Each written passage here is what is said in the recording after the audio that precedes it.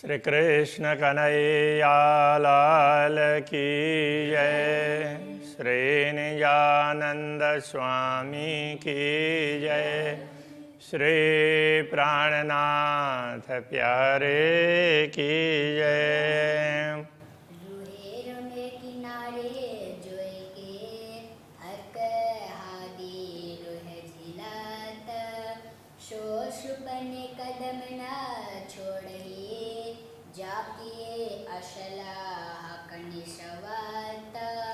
जाके असलह कनिशवत।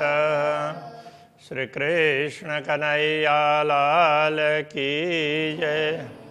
श्री राज्य के चरणों को ग्रहण करना चाहिए, उनसे छूट अलग नहीं होना चाहिए।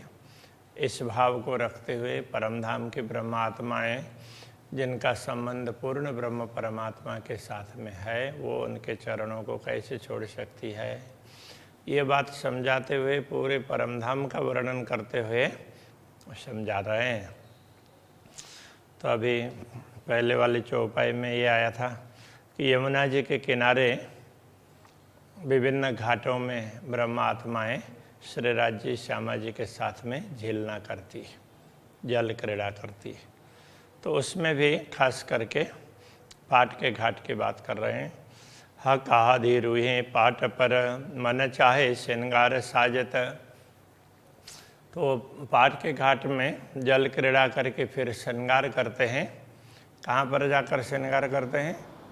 सबसे ऊपर छत में चांदनी में, वहाँ जा कर के श्रृंगार करते हैं। तो उस समय वो सारी ऐसी लीलाएं होती है, ये समझाना चाह रहे हैं। तो ऐसी आत्माएं जो इन सारी लीलाओं को याद करती हो, तो रूहें हक कदम क्यों छोड़े? वो पूर्ण ब्रह्म परमात्मा के चरणों को कैसे छोड़ेगी? जाकि असल हक निश्वत, जिनका असल संबंध पूर्ण ब्रह्म से है। रूहें मिलावा रस बाग में, परमधाम के विभिन्न बागों में ब्रह्मात्माएं मिलती है। उनकी बैठक होती है किसके साथ? श्री राज्य श्यामा जी और ब्रह्मात्माओं के साथ में। जैसे शाम के समय पर विभिन्न स्थानों में जाकर के, अलग अलग स्थानों में जाकर के क्रीड़ाएं करते हैं। उसके बाद में फिर जल क्रीड़ा करते हैं, फिर श्रृंगार करते हैं, फिर कहीं भी वहाँ बैठक भी होती है। तो इन जहाँ भी बैठक होती है वो मिलावा है। तो परमधाम के बागों में ब्रह्मात्माओं का श्री राज्य श्यामा जी और के साथ में बैठक होती है। देखो कि न विदय शोभिता, उस समय बागों की शोभा बढ़ती है। रूए हक कदम क्यों छोड़ई, जाकी असल हक निश्वत। ऐसी ब्रह्म आत्माएं पूर्ण ब्रह्म परमात्मा के चरणों को कैसे छोड़ सकती है? अब खास करके अभी ये बाग तो यमुना के किनारे के ही बाग आगे अभी समझ लेना चाहिए। बाकी लीलाएं तो अलग अलग स्थानों में होती है। अभी इसी का वर्णन ये समझना होगा। पशु पंखी बोले इन समय कई भी दबना गूंजता। उस समय पशु पक्षी वगैरह अपने कलरव से पूरे वन को गुंजित कर देते हैं। रूए सुपने कदम न छोड़ई, जाकी असल हक निश्वत। तो जिनका संबंध पूर्ण ब्रह्म परमात्मा से है, ऐसी ब्रह्मात्माएं उनके चरणों को कैसे भूलेगी? तो ये सारी लीलाएं करने वाली ब्रह्मात्माएं उनके चरणों को नहीं भूल सकती है। वेद वेद के कुंज वन में हक रूहें केल करत। अब कुंज निकुंज वन का वर्णन कर रहे हैं। वहाँ जा कर के श्री राज्य श्यामा जी और ब्रह्मात्माएं विभिन्न लीलाएं करते हैं। तो ऐसी लीला में रहने वाली आत्माएं सो क्यों छोड़े इन कदम को, जाकी असलह का निश्वत। तो ऐसी आत्माएं पूर्ण ब्रह्म परमात्मा के चरणों को कैसे भूल सकती है? बट पीपल की चौकियाँ हक आदि रूहें सिंचता। बट पीपल की चौकी की बात की, तो वहाँ बैठ कर के तो वहाँ अलग अलग लीलाएं करते हैं और साथ में वो झूलते भी हैं। तो झूले तो वहाँ के प्रसिद्ध है, कितने 5-5 भूमिका पर्यंत तो उसमें झूले लगे हुए हैं, तो अलग अलग स्थानों में जा कर के झूलते हैं, तो सबको बड़ा आनंद आता है। तो ऐसी आत्माएं रुएं सुपने कदम न छोड़ई जाकी असल हक निश्वत। वो तो स्वप्न में भी श्री राज्य के चरणों को नहीं छोड़ सकती है। ताल पाल बन गिर दबाए ऊपर कई मोहल देखा था। अब ताल के तरफ ले जा रहे हैं। ताल का पाल के ऊपर में वृक्षावली है, वृक्षों की पंक्ति है, तो उसमें भी ब्रह्मात्माएं खेलती है। और वहाँ महल वगैरह भी है, ऊपर कई महल देखा था, वो अलग अलग प्रकार के महल दिखाई देते हैं। तो उन सब महलों में, ताल में, पाल में ब्रह्मात्माएं खेल करती है। पाल के महलों में सो क्यों छोड़े हक कदम को जाके असल हक निश्वता। ऐसी ब्रह्मात्माएं पूर्ण ब्रह्म परमात्मा के चरणों को कैसे छोड़ सकती है। शोभा चारों घाट की जित जोए हव जब मिलत। चारों घाट की शोभा बता रहे हैं। और उसमें भी जहाँ से यमुना जी ताल में प्रवेश करती, वो कितनी देवरी का घाट है? 16 देवरी का घाट। उसकी भी एक विशिष्ट प्रकार की शोभा है। तो ये चारों घाटों का वर्णन करते हुए इसका भी वर्णन कर रहे हैं। तो यमुना जी जहाँ से प्रवेश करती है, तो उस घाट का रोए सुपने कदम न छोड़ई जाकी असल हक निश्वत। तो ये ब्रह्मात्माएं जिनका असली संबंध पूर्ण ब्रह्म से हैं, वो इन चरणों को कैसे छोड़ सकती है। ये जो कहे मेहरावा घाटों ऊपर शोभित। ताल के तरफ से देखते हैं तो घाटों में अलग अलग कमान दिखाई देते हैं। घाटों के दीवाल में तो वो कमान, छोटे दरवाजे हैं, तो वो शोभायमान है। हक कदम हृदय रूह के जाके असल हक निश्वत। तो ब्रह्मात्माओं के हृदय में तो पूर्ण ब्रह्म परमात्मा के चरण कमल हैं, इसलिए उन चरण कमलों से तो वो दूर हो ही नहीं सकती। खेले हौज कोशर के बाग में रूहें बन डारी झूलत। तो ताल के बाग में तो ब्रह्मात्माएं खेलती है। और वहाँ पर जो वृक्षावली है ऊपर पाल पर, तो उनकी शाखाएं बहुत लंबी लंबी है। तो उन शाखाओं में भी ब्रह्मात्माएं जा कर के खेलती है और वहाँ झूलती भी है। वहाँ झूले वगैरह हैं। हक चरण सुपने न छोड़ई जाके असल हक निश्वत। ऐसी लीला करने वाली ब्रह्मात्माएं पूर्ण ब्रह्म परमात्मा के चरणों को नहीं छोड़ेगी। रुएं खेले टापू के गुर्ज में जा झरोखों बैठत। तो अब टापू महल के द्वीप प्रसाद की बात कर रहे हैं। तो वहाँ पर वो जैसे द्वार विशेष हैं, ऐसे गुर्ज भी विशेष हैं।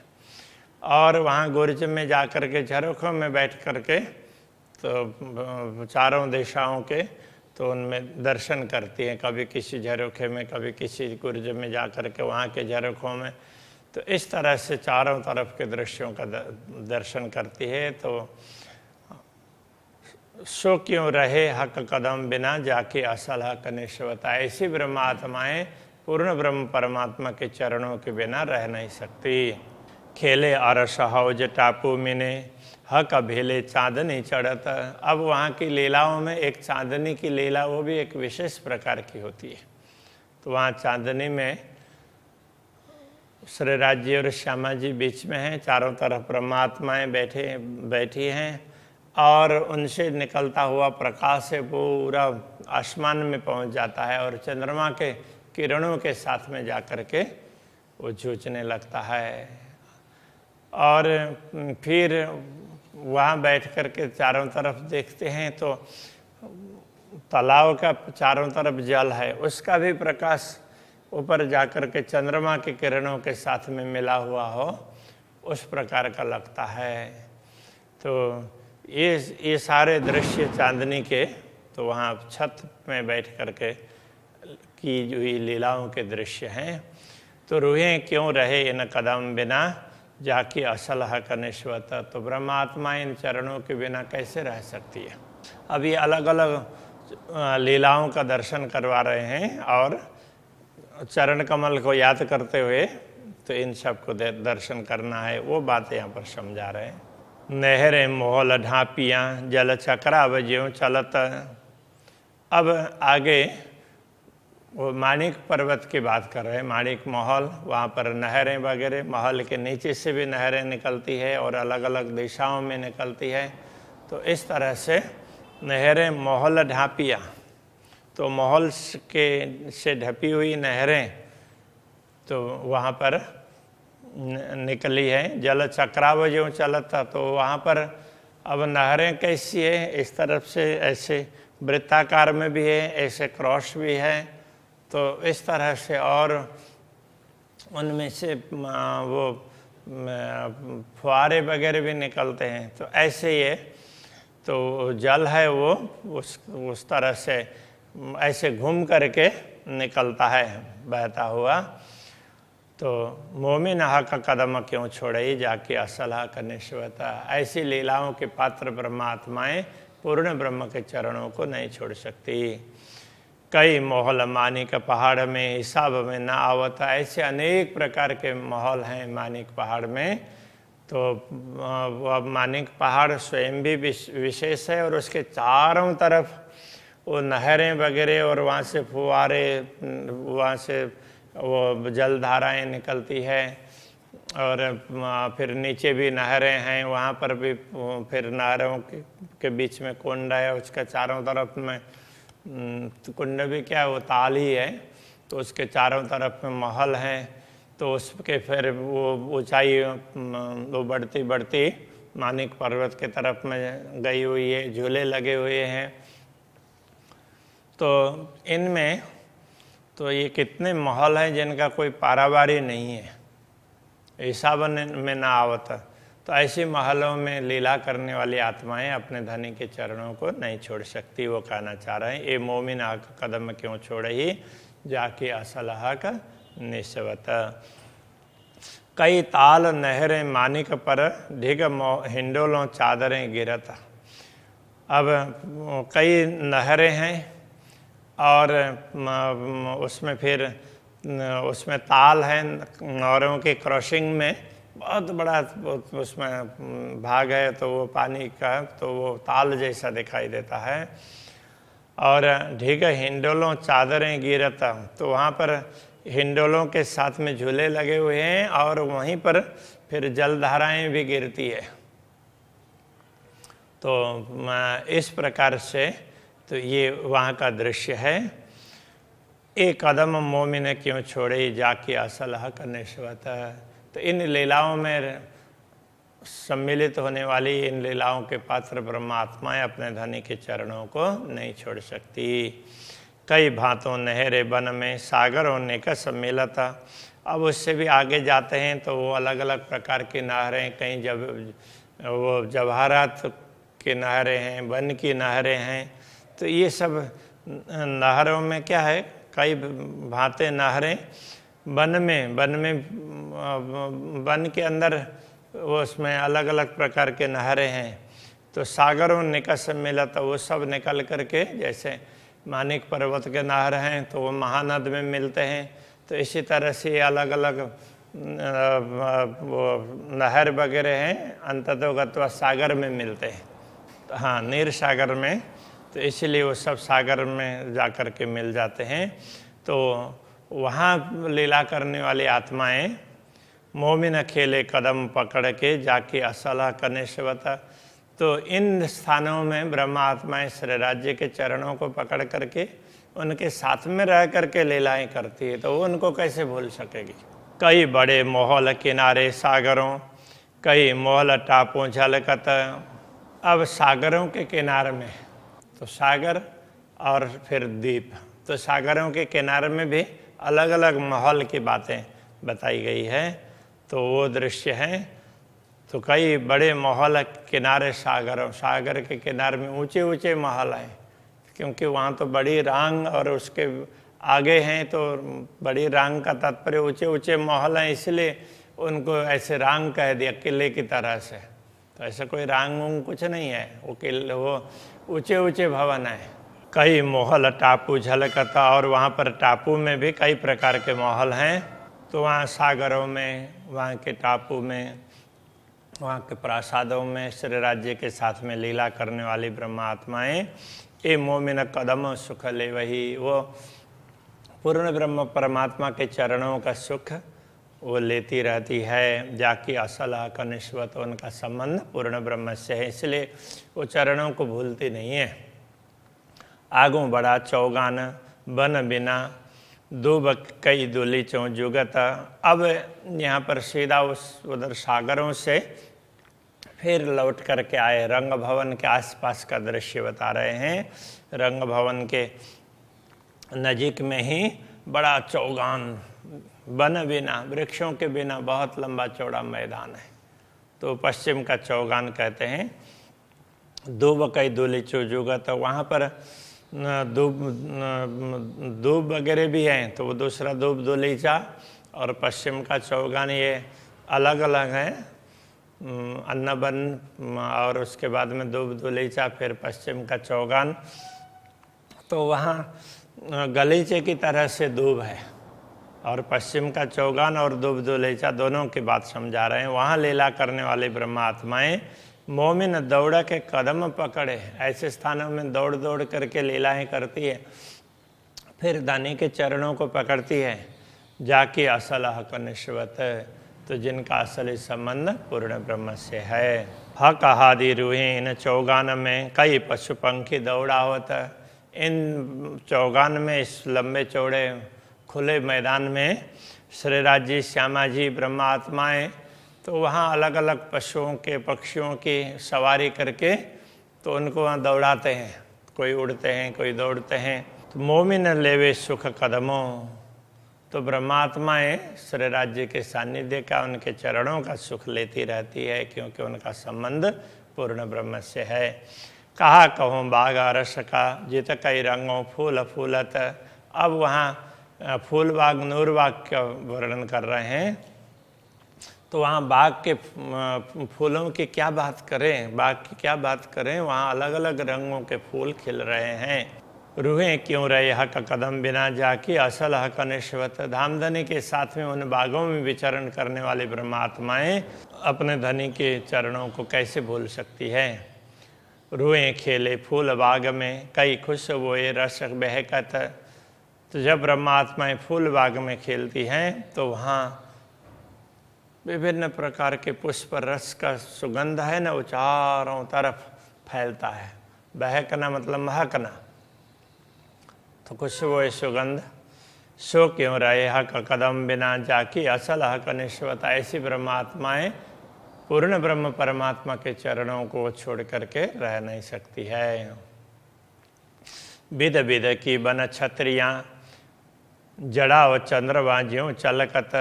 तो वहाँ पर विभिन्न प्रकार के छत्रियाँ जैसी दिखाई देती, वहाँ वृक्ष हैं तो वृक्ष की शाखाएं चारों तरफ फैली हुई होती है, तो वो छतरी की तरह से लगती है। और जब ये वृक्ष एक दूसरे से जुड़े हैं तो वो चंदवा की तरह से लगते हैं। तो जड़ा व चंदवा ज्यों चलकता, जैसे चंदवा में अलग अलग प्रकार के रत्न जड़े हुए हैं, अलग अलग प्रकार की कारीगरी है, उस तरह से ये पत्तों की कारीगरी दिखाई देती है, फलों की, फूलों की ये कारीगरी दिखाई देती है। एक कदम सुख सुपने ले वहीं जाके असलह का निश्वत।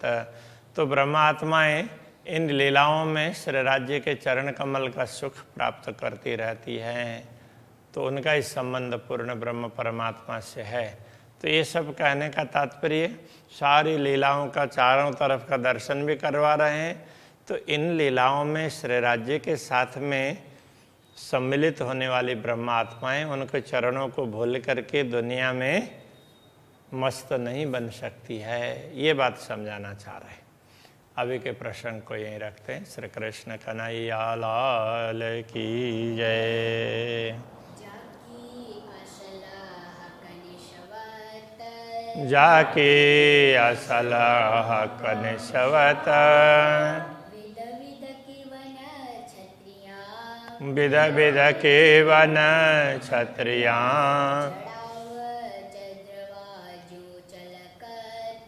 जड़ावत चंद्रमा ज्यों छलकत कदम सुख सुपने ले वही एक कदम सुख सुपने ले वही जाके असलाह जाके असलाह कनिशवत